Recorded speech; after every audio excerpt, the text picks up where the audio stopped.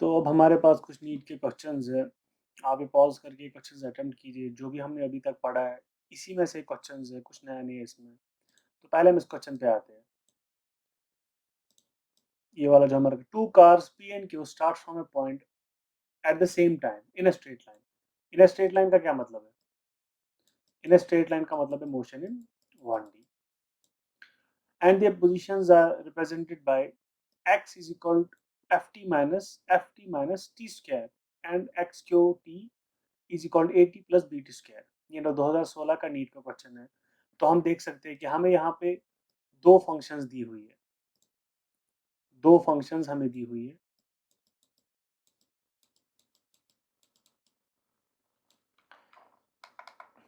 ये दो फंक्शंस हमें है, एक हमारे पास है ये वाली xpt,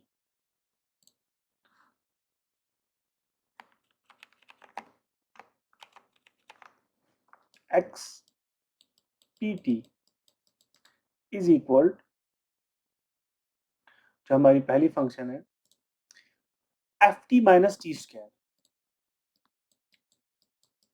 F T minus T square, और जो हमारी दूसरी फंक्शन है X Q T is equal, यहाँ पे दिया हुआ है X Q T A T plus B T square,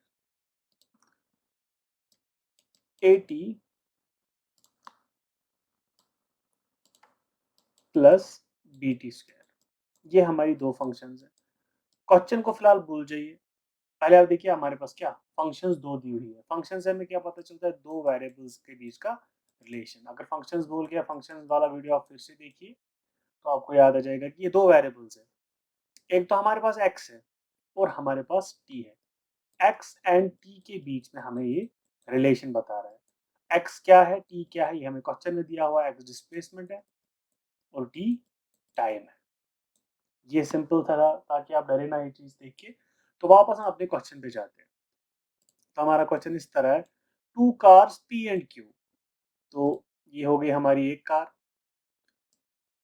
याद रखिए क्वेश्चन पूरा कभी नहीं पढ़ना है, स्टेप्स में क्वेश्चन पढ़ना है, तभी आप क्वेश्चन सॉल्व कर पाएंगे। पूरा पढ़ेंगे तो बिल्कुल कंफ्यूज हो जाएंगे। तो पहला चीज है, हमारे दो कार्स है। ये हमारी हो गई पी कार और ये हमारी हो गई क्यू कार। ये लिखा हुआ है स्टार्ट फ्रॉम ए पॉइंट, एक ही पॉइंट से स्टार्ट कर रहे हैं। ये जो पॉइंटिंग स्टार्टिंग पॉइंट इनका सेम है, ठीक है। At the same time, point भी सेम है और टाइम भी सेम है। In a straight line, same time पे in a straight line. Same time का मतलब क्या है? 10 बजे, 11 बजे, 12 बजे, कोई भी घड़ी पे टाइम देखा जाए तो एक ही टाइम पे दोनों गाड़ियां क्यू और पी लीव कर रही है। दोनों क्यू भी और पी भी एक ही टाइम पे लीव कर रही है। And their positions are represented by this. Position का क्या मतलब है? पोजीशन हम कैसे रिप्रेजेंट करते हैं? डिस्प्लेसमेंट से रिप्रेजेंट करते हैं या डिस्टेंस। पोजीशन मैंने आपको बताया था डिस्प्लेसमेंट से, ये डिस्प्लेसमेंट बता रहा है इनका x in relation with time, जो हमने इक्वेशंस ऑलरेडी लिखी हुई है। एट, अब देख रहे हैं हमारे पास दिया हुआ क्या है कि मोशन इन 1D है, क्योंकि इन स्ट्रेट लाइन है तो 1D मोशन है। तो हम 1D में जो भी हमने पढ़ा है वो हम इस पे अप्लाई कर सकते हैं, ठीक है। टाइम भी एक ही टाइम पे स्टार्ट कर रहे हैं। अब उनकी पोजीशंस के लिए हमें इक्वेशंस दी हुई है, ये दो इक्वेशंस दी हुई है इनकी पोजीशंस के लिए।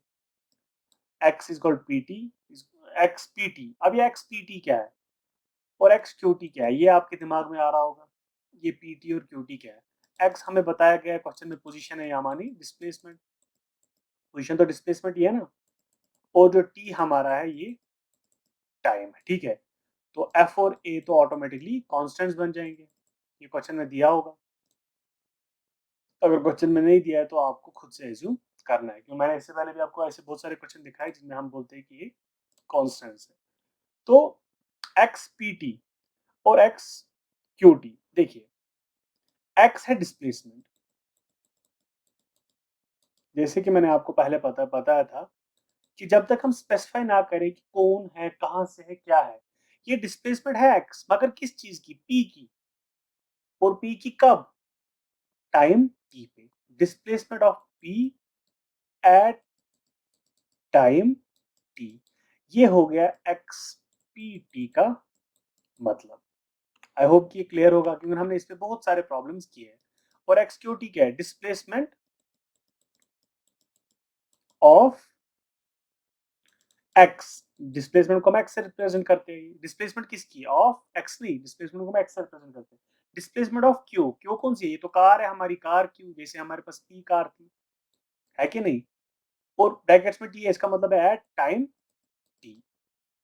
तो जब भी आपको ऐसे क्वेश्चंस आएंगे जहां पे डिस्प्लेसमेंट के साथ कोई वेरिएबल दिया हुआ है और ऐसे टाइम लिखा हुआ है, क्योंकि देखिए क्वेश्चन में दिया हुआ है पी और एक्स क्यू टी। पी और क्यू तो क्वेश्चन में बताया गया है कि कार का है, ये असली एक्स में एक्स कार, और टी क्या है? ये भी क्वेश्चन में बताया गया है, ये टाइम है।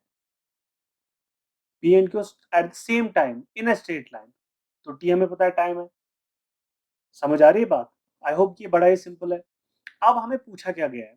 At what time do the cars have the same velocity.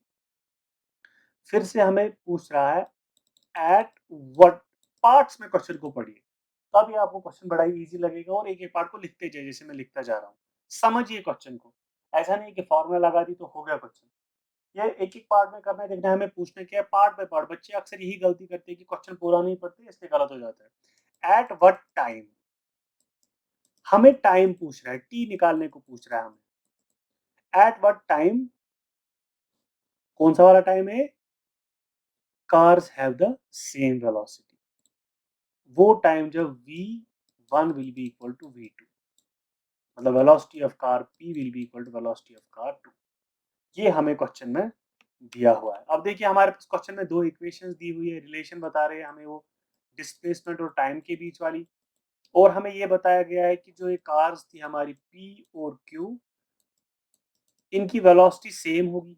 v1 v2 for example की वेलोसिटी थी, हमें वो टाइम बताना है जब v1 will be equal to v2। तो हम अपने क्वेश्चन में एज्यूम करेंगे कि वेलोसिटी भी सेम है, तो ये वाला टाइम हमें निकालना है। समझ में आ रही है बात? अब हमें पता है कि हमें टाइम निकालना है। हमारे पास वेलोसिटी गिवन है क्योंकि वेलोसिटी सेम है, और हमारे पास फंक्शंस दी हुई है। तो हमारे पास डिस्प्लेसमेंट गिवन है as a function of time, x is called P T minus F T minus T square X P T, मतलब दोनों की हमें डिस्प्लेसमेंट दी है। अगर आपके पास डिस्प्लेसमेंट है तो आप क्या बता सकते हैं? D X upon D T is equal to V, तो आप वी वन निकाल सकते हैं। तो इसका अगर डी बाई डी एक्स लेंगे इस फंक्शन का, और डी ये क्या होगा? पी टी, और डी बाई डी टी, यहाँ डी एक्स किसका? डी क्यू टी का, क्योंकि आपके पास डिस्प्लेसमेंट फंक्शन ऑफ टाइम दिया ना, आप वेलोसिटी निकालने के लिए मैंने बताया हुआ है कि हम इसको डिफरेंशिएट करते हैं डिस्प्लेसमेंट को, है कि नहीं?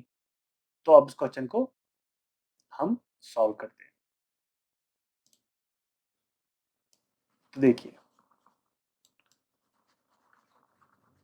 आई होप कि क्वेश्चन समझ में आया होगा।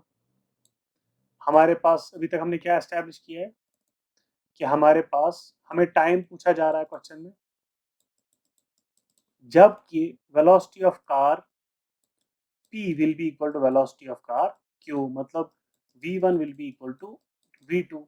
हमें डिस्प्लेसमेंट ऑफ कार 1 दी हुई है x pt, या डिस्प्लेसमेंट ऑफ कार p, और हमें डिस्प्लेसमेंट ऑफ कार q दी है कि नहीं? तो इससे हम v1 और v2 निकाल सकते हैं। कैसे? इनका डिफरेंशिएशन करके, d upon D T of x is equal v, मैंने बताया था। तो v1 और v2 हम निकाल देंगे, v1 और v2, फिर उसको इक्वेट कर देंगे, तो t आ जाएगा हमारे पास। ये ऐसे क्वेश्चन को सॉल्व करना है। चलिए अब मैं सॉल्व करके दिखाता हूँ।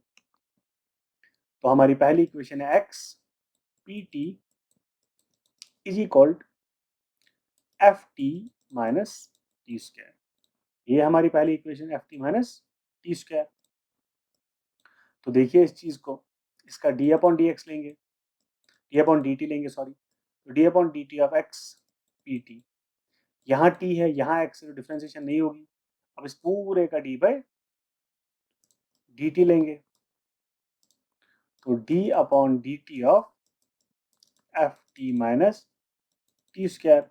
इसका अलग से डी बाई डी टी करेंगे, कॉन्स्टेंट बाहर आएगा, टी का 1 - 1 हो जाएगा, एफ माइनस टू टी, यही आएगा हमारा इसका डी बाई डी टी। यहाँ पे आएगा D upon D T of x, और एक्स कौन सा, डिस्प्लेसमेंट किसकी, पी की एट टाइम टी। तो इसको मैं ऐसे भी लिख सकता हूँ, मुझे पता है कि D upon D T of x, अगर डिस्प्लेसमेंट है तो वी के बराबर है, तो यहाँ D upon D T of x है, तो मैं इसको वी लिख सकता हूँ, लेकिन कौन सा वी, पी का वी। तो हमारे पास क्या आ गया, पी का V F minus two T. ऐसे ही आप क्यू का भी वी निकालेंगे, इनको आपस में देखते हैं अब क्यू का वी क्या आता है। तो क्योंकि हमारी इक्वेशन हमारे पास क्या है, क्योंकि हमारे पास कुछ इस तरह इक्वेशन थी, x Q T, x displacement Q की at time T will be equal to A T plus B T square, A T plus B T square. तो इसका भी सेम डिफरेंशिएशन करेंगे, D upon D T of x, कौन सा वाला, Q का at time T, यहाँ T है इसको ऐसे रख देंगे, इसके बदले में वी ऑफ क्यू भी लिख सकता हूँ, है कि नहीं। तो इसका डिफरेंशिएशन कर दूंगा मैं, डी अपॉन डी टी, इसका अलग से करूंगा, इसका अलग से, मैंने फंक्शन में सिखाया कैसे इनकी डिफरेंशिएशन करनी है। तो क्या आएगा, ए बाहर आएगा, टी का वन माइनस वन जीरो हो जाएगा, प्लस बी भी बाहर आएगा, तो टू बी टी, तो हमारा वी ऑफ क्यू क्या आएगा, ए प्लस टू बी टी, यही आएगा कि नहीं। देखिए इसकी डिफरेंशिएशन करेंगे, कांस्टेंट बाहर आएगा, टू मल्टीप्लाई हो जाएगा, टू माइनस वन तो आएगा वन। तो ये हमारा वी ऑफ क्यू आ गया और वी ऑफ टी आ गया। लेकिन हमें क्वेश्चन में दिया है कि V of Q will be equal to V of T, वही वाला टाइम बताइए कौन सा टाइम है जब ये कंडीशन होगी, जब ये कंडीशन होगी। तो जैसा कि मैं बता रहा था, v of q will be equal to v of p, ये हमें क्वेश्चन में दिया है। देखिए क्वेश्चन में हमें दिया हुआ है कि एट व्हाट टाइम, ये कौन सा टाइम है, ये कौन सा टाइम है जब the cars have the same velocity, कि जब इनकी वेलोसिटी सेम होगी, ये कौन सा टाइम है।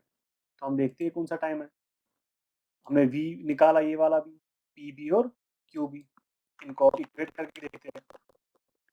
v p is equal v Q, तो मैं लिख सकता हूँ a plus two B T is equal F minus two T, यहाँ V Q V P, V Q is equal V P. तो इसको फर्दर सॉल्व करके देखते हैं हमारे पास क्या आता है।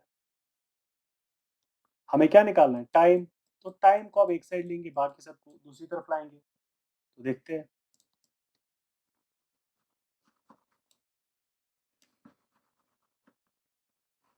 देखिए तो मैं a plus two B T is equal F minus two T, मेरा मकसद है कि मैं टाइम को एक तरफ लाऊं, क्योंकि मुझे क्वेश्चन में टाइम निकालने को बोला है। ये कौन सा टाइम है जब वी ऑफ क्यू और वी ऑफ पी सेम है, ये वही वाला टाइम है। तो अब मैं क्या कर सकता हूँ, अब टाइम को एक तरफ लाने के लिए मुझे पहले a plus two B T plus two T is equal F, अब यहाँ भी टी आ गया, यहाँ भी टी आ गया, इस ए को हटाता हूँ, two B T plus two T is equal F minus A, तो यहाँ टू भी कॉमन है, टी भी कॉमन है। अगर आप अभी इतना ही सिर्फ करके देख सकते हैं, एफ माइनस ए सिर्फ एक में है, तो ऑटोमेटिकली इसका ऑप्शन डी पे टिक करेंगे, क्योंकि सिर्फ एक में एफ माइनस ए। फर्दर सॉल्व करने की भी मुझे जरूरत नहीं पड़ी, क्योंकि मुझे अगर इसमें यहाँ टू कॉमन निकाल के टी कॉमन निकाल के लाऊंगा, B plus one is equal F minus A, तो बी प्लस वन और टू नीचे जाएगा, तो देखिए एग्जैक्ट वही आंसर है, F minus A two B plus one. ऐसे ही हमारा दूसरे क्वेश्चन में भी आप डिफ्रेंशिएशन करके और तीसरे क्वेश्चन में भी आप डिफ्रेंशिएशन करके सॉल्व कर सकते हैं। दूसरा क्वेश्चन भी मैं दिखाऊंगा।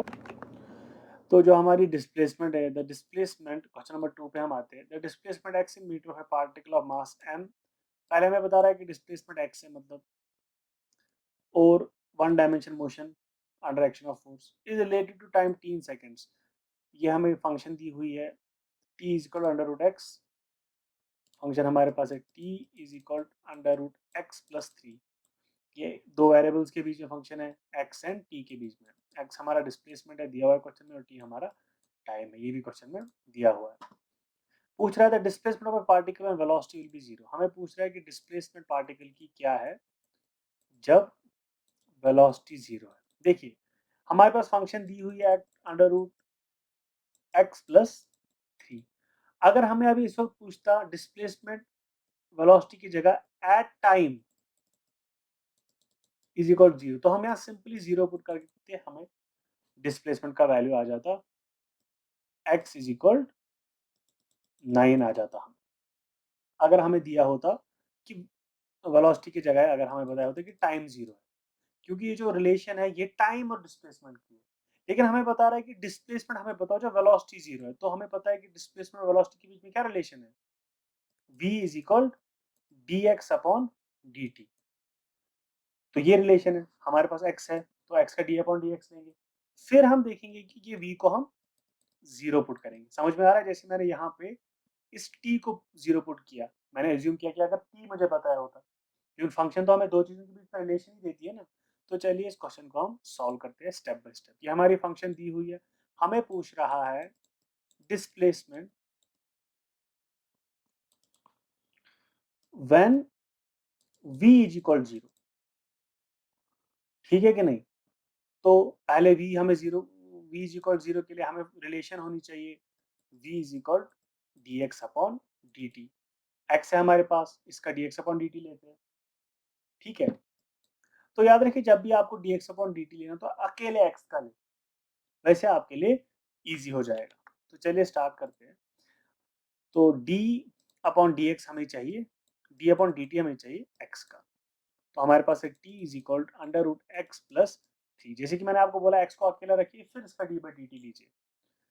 तो हम करते हैं काम, t minus 3 is equal X, under root यहाँ जाएगा तो क्या बन जाएगा, स्क्वायर। तो x आएगा हमारा a स्क्वायर मतलब t square minus 2ab, 2 into 3 6 plus b square मतलब 9। तो हमारा x किसके बराबर आया, T square minus 6t plus 9। तो ये हमारा x आ गया।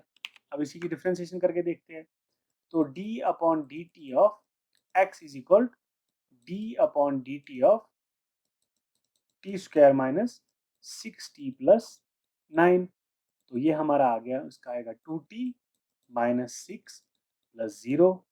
2 को माइनस 2 सामने जाएगा, माइनस 1, 1 सामने जाएगा, ये प्लस है, टी नहीं है, ठीक है, प्लस 0। तो हमारा डी अपॉन डी टी के बदले v लिख सकता हूँ। तो v is equal 2t minus 6, है कि नहीं? तो अब देखिए क्वेश्चन में हमें पूछ रहा है कि इन दो की फंक्शन हमें पूछी गई थी, डिस्प्लेसमेंट और टाइम की, वो हमने निकाली। सॉरी, हमें डिस्प्लेसमेंट और वेलोसिटी की फंक्शन, डिस्प्लेसमेंट जब वेलोसिटी 0 होगा, तो मैंने ये फंक्शन निकाली, इससे मेरे पास ये आ गया। तो अब मैं v को 0 पुट करता हूँ, क्योंकि क्वेश्चन में दिया हुआ है 0 is equal to T minus 6। Simple मैं फंक्शंस को ऑपरेट कर रहा हूँ जैसे कि मुझे क्वेश्चन में बताया गया है। अगर मुझे क्वेश्चन में बताया होता कि at what time displacement will be 0, यहाँ v के बदले अगर लिखा होता t0, तो मैं सिंपली यहाँ t को 0 पुट करता। लेकिन क्वेश्चन में बताया v, तो मुझे इसीलिए ये रिलेशन निकालनी पड़ी, इसीलिए मैंने डिफरेंशिएट किया, क्योंकि v और x के बीच में डिफरेंशिएशन से रिलेशन आती है। Simply v is equal x नहीं है कोई रिलेशन, यहाँ फंक्शन ऐसे नहीं हो सकती। ठीक है, इसकी डिफरेंस फर्स्ट डिफरेंशिएशन में ही इसका रिलेशन बनेगा। तो मैंने इसकी डिफरेंशिएशन की, यहाँ x एलिमिनेट हो गया। तो अब मैं v को 0 पुट करूंगा तो मेरे पास क्या आ जाएगा, 6/2 इज इक्वल t। तो मेरे पास t आ गया 3, t मेरे पास 3 आ गया। तो अब मेरे पास अगर t 3 आ गया, तो मैं इससे मेरे पास डिस्प्लेस, ये कौन सा t है, जब v 0 है, जब v 0 है तो आपका t मेरे पास आ गया, और इस t से ही मैं बता सकता हूँ x। समझ आ रही, क्योंकि मेरे पास वो फंक्शन दी हुई है। तो मैं इस t को यहाँ पुट करता हूँ, तो t is equal under root X plus 3। मैं अभी ये थोड़ा रिपीट भी करूंगा अगर आप कंफ्यूज हो रहे हैं, लेकिन बहुत ईजी है। t को क्या पुट किया मैंने, 3 is equal under root X plus 3। तो 3 माइनस 3 का whole square is equal X, तो 0 का होल स्क्वायर 0 बनेगा, तो x इज इक्वल 0। तो ऑप्शन में जाके देखते हैं, x 0 हमारा आंसर हो जाएगा। पहले का ये था, तो x इज इक्वल 0। अब मैं थोड़ा रिपीट करके आपको बताता हूँ। देखिए फंक्शन हमें जो होती है वो हमें दो चीजों के बीच में रिलेशन बताती है। हमें यहाँ पे रिलेशन दिया हुआ था टाइम और डिस्प्लेसमेंट के बीच में, लेकिन पूछ रहा था डिस्प्लेसमेंट और वेलोसिटी के बीच वाला, हमें आंसर पूछ रहा था कि कौन सी डिस्प्लेसमेंट ऐसी है जब वेलोसिटी 0 हो। तो मुझे पता है वेलोसिटी और डिस्प्लेसमेंट का रिलेशन कुछ ऐसा है, v equal dx upon dt। तो मेरे पास x नहीं था एक तरफ, मतलब मेरे पास x था लेकिन एक तरफ नहीं था, तो मैंने पहले x एक तरफ लाया, फिर इसका d बाई डी एक्स लिया। देखिए यहाँ पे जब इसका d बाई डी एक्स लिया तो मेरे पास आ गया d अपॉन डी, ये मेरे पास आ गया d upon D T of x is equal ये चीज 2t माइनस 6, ये मेरे पास आ गया। इसके बदले मैं v लिखता हूँ। समझ में आ रही बात? यही तो बन गया ना रिलेशन हमारे पास इन दो का। अब हमें क्वेश्चन में पूछा है कि v जीरो है। क्या जीरो है? हमारे पास क्वेश्चन में पूछ रहा है कि v जीरो है, तब डिस्प्लेसमेंट क्या होगी? तो मैंने इस v को जीरो पुट कर दिया, तो मैं देख रहा हूँ मेरे पास t का वैल्यू आ गया। तो मुझे पता है t और x में डायरेक्ट रिलेशन है। ये मगर कौन सा t है? जब v जीरो है, ये इंपॉर्टेंट चीज है, कोई आम t नहीं है, ये वो वाला t है जब v जीरो है। देखिए अगर मैं यहाँ v का वैल्यू 1 लिखूं तो मेरे पास वो t आएगा जब v 1 है। अगर मैं v का वैल्यू 2 लिखूं तो ये पूरा इस v पे डिपेंड करता है। तो ये कौन सा v है? जब ये वो v है जब v जीरो है, तो जो क्वेश्चन में हमें दिया हुआ है v जीरो, तो तब का t आ गया मेरे पास। तो उस t को मैंने सिंपली यहाँ पे पुट कर दिया। क्यों? क्योंकि ये हमें डायरेक्टली बताएगा t और डिस्प्लेसमेंट के बीच में। बस थोड़ा सा दिमाग लगाइए, बहुत ही सिंपल है। आई होप कि समझ आएगा। समझ में